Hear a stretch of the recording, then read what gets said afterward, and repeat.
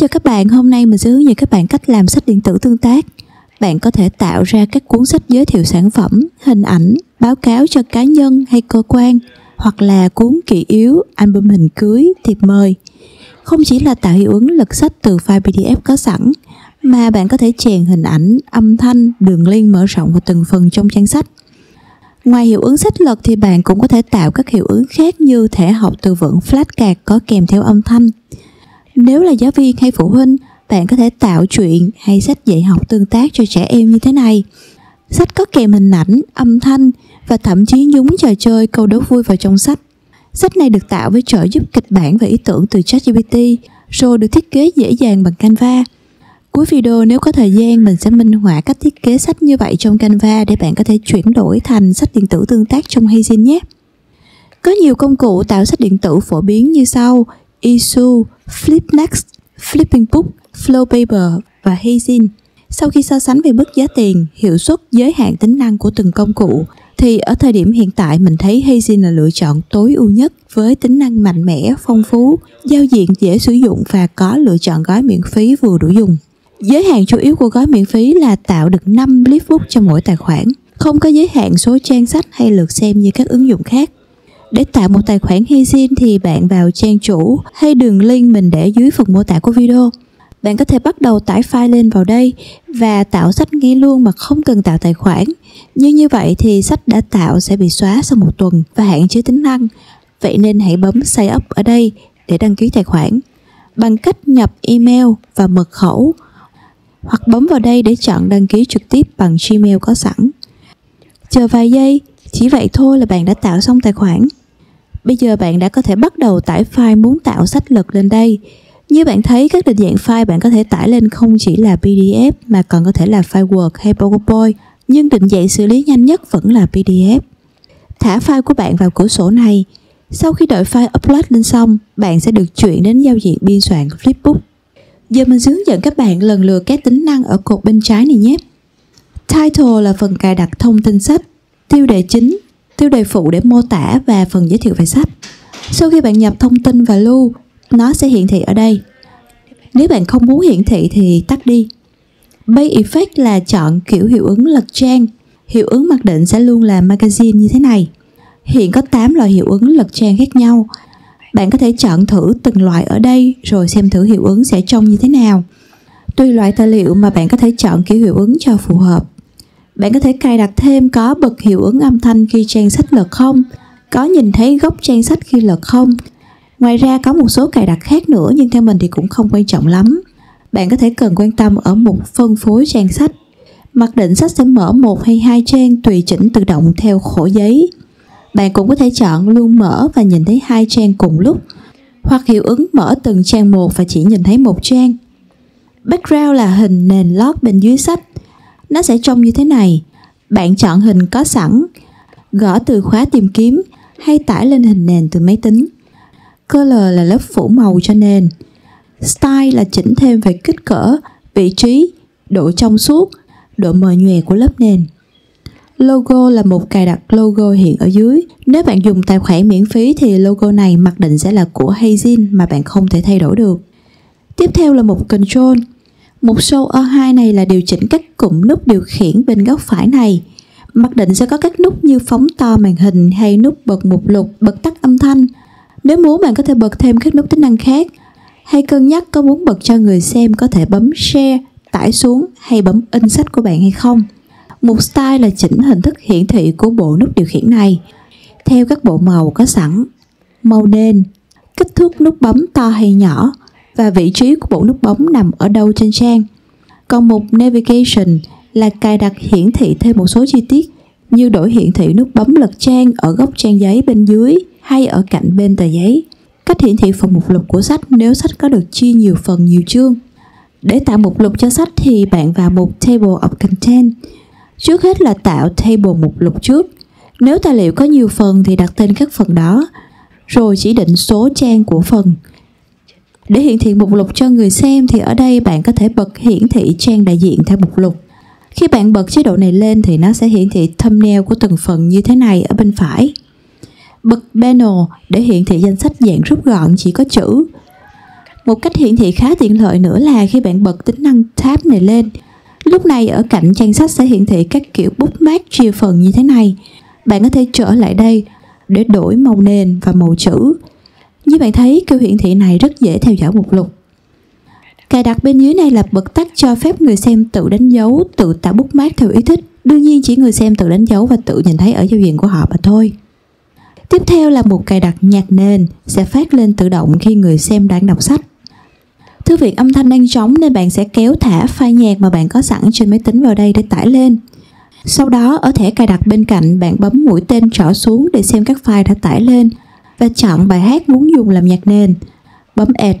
Bạn có thể chọn nhạc bắt đầu phát từ trang nào đến trang nào, hoặc là ở Option, cài đặt cho nhạc nền sẽ tự động phát lặp đi lặp lại, phát cho đến hết cuốn sách hay là chỉ phát một lần. Cài đặt thêm mức âm lượng mặc định của nhạc nền. Cài đặt tiếp theo là mật khẩu để xem link sách đã xuất bản của bạn. Mặc định là đang tắt. Lựa chọn phổ biến nhất là chế độ mật khẩu dành cho tất cả mọi người, thì bạn chỉ cần đặt mật khẩu chung. Bên dưới là phần nhập lời hướng dẫn hay chỉ thị để người xem nhập mật khẩu. Bấm lưu lại là xong. Nếu có nhu cầu bảo mật cao hơn thì bạn có thể cài đặt kiểu mật khẩu riêng cho từng người. Lúc này bạn sẽ viết chỉ dẫn để người xem nhập email hay ký danh, rồi sau đó nhập mật khẩu được bạn cung cấp riêng.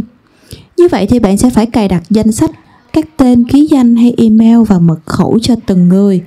Ví dụ như thế này, người xem phải nhập đúng tên đăng nhập và mật khẩu mới mở xem được tài liệu. Ngoài cách này thì bạn có thể bấm ở đây để tham khảo thêm các cách yêu cầu nhập mật khẩu khác, ví dụ như là yêu cầu đăng nhập vào Gmail hay lấy mã xác nhận qua hộp thư. Hai cách này thì tính bảo mật cho tài liệu rất cao và bạn cũng có thể theo dõi người xem có chia sẻ mật khẩu cho nhiều người khác cùng truy cập hay không. Tóm lại, có hai cách đặt mật khẩu tùy nhu cầu về tính bảo mật của bạn, bạn chọn cái nào cũng được. Tiếp theo bên dưới mục Copy Flipbook là để sao chép nhanh các cài đặt, định dạng hay mật khẩu từ Flipbook cũ. Còn lại mục Capture Platform là tạo bản khảo sát thu thập thông tin. Khi người xem đang đọc sách của bạn sẽ hiện lên một bảng hỏi thông tin như thế này để bạn khảo sát và thống kê thông tin người xem.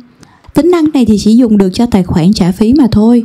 Tính năng Replay PDF cũng là tính năng trả phí. Nó sẽ hữu ích khi bạn muốn cập nhật lại nội dung file PDF mới mà muốn giữ nguyên cái tính năng tương tác hay các cài đặt đã tạo. Rồi bây giờ chúng ta sẽ đến cụm các tính năng Interaction, tạo ra sự tương tác sinh động giúp sách của bạn không chỉ là chữ mà còn có thể phát nhạc hay video. Tính năng tương tác đầu tiên là chèn liên kết.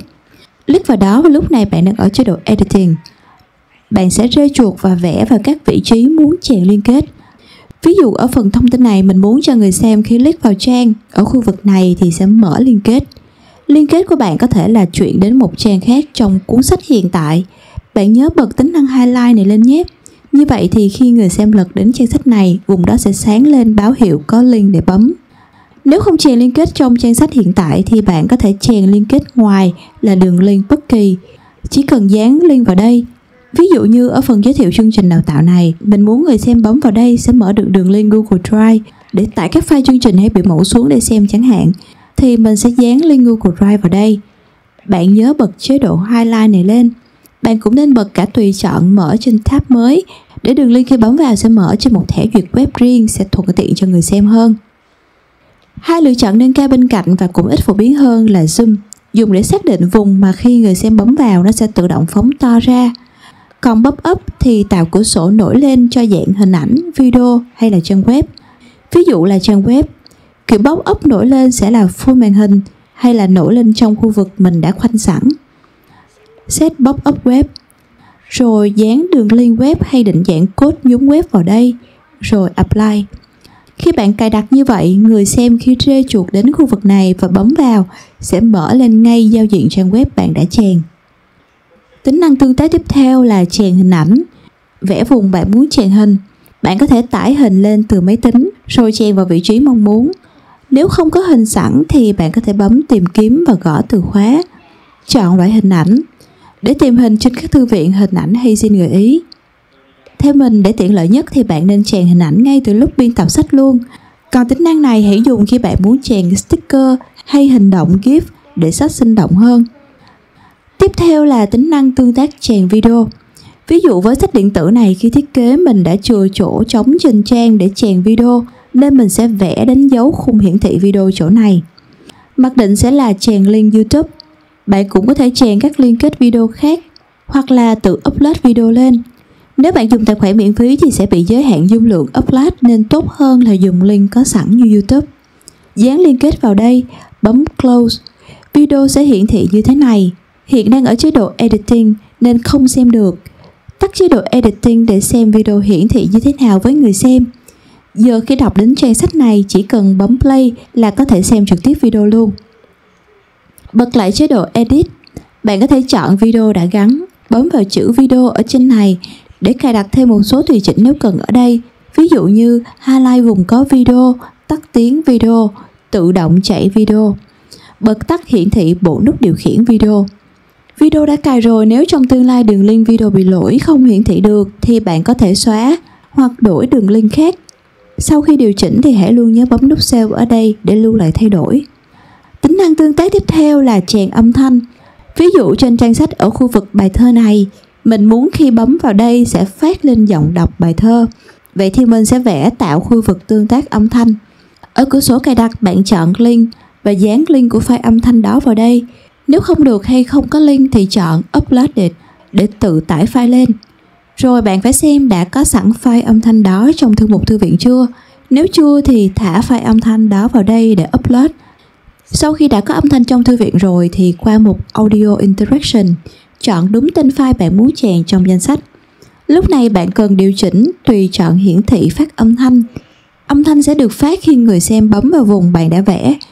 Nhưng nếu muốn, bạn có thể cài đặt cho nó tự động phát luôn khi mở đến trang. Như bạn thấy, phần phát âm thanh ở đây là trong suốt, tức là kiểu invisible này. Nghĩa là cứ click vào vùng này là sẽ phát âm thanh. Nhưng nếu bạn muốn tạo một nút bấm hiển thị rõ ràng thì có thể khoanh vẽ một vùng nhỏ, rồi chọn màu nền, màu nút bấm, chọn kiểu nút phát âm thanh dạng thanh bar, dạng nút bấm hay dạng sóng vân vân. Chúng ta đang ở chế độ Editing nên màu sắc vẽ hiển thị nhạt hơn bình thường và chưa thể hiện phần sóng âm hay phần đếm giờ. Khi tắt chế độ Edit đi thì nó sẽ hiển thị thế này. Tùy theo sở thích của bạn hay đối tượng người xem mà bạn tạo nút bấm hay để chế độ trong suốt. Lưu ý nếu bạn chọn nút âm thanh trong suốt thì nhớ bật highlight lên cho nó nhấp nháy báo hiệu khi mở trang. Tính năng tương tác cuối cùng là trang web. Bạn cũng khoanh vùng tạo tương tác. Tính năng này cũng giống như phần pop-up trong một trang web mà mình đã giới thiệu từ trước rồi. Vậy nên giờ mình sẽ hướng dẫn bạn cách để nhúng code mã nguồn HTML nhé. Tùy trang web hay ứng dụng mà bạn dùng thường sẽ có chia sẻ phần mã nguồn này để nhúng. Ví dụ như là Google Form chẳng hạn. Ở dưới ba chấm này bấm vào, bạn có thể yêu cầu lấy mã nhúng HTML ở đây. Copy toàn bộ rồi quay lại Hazin để dán vào. Rồi bấm Apply. Kéo lại khung hiển thị cho vừa vặn.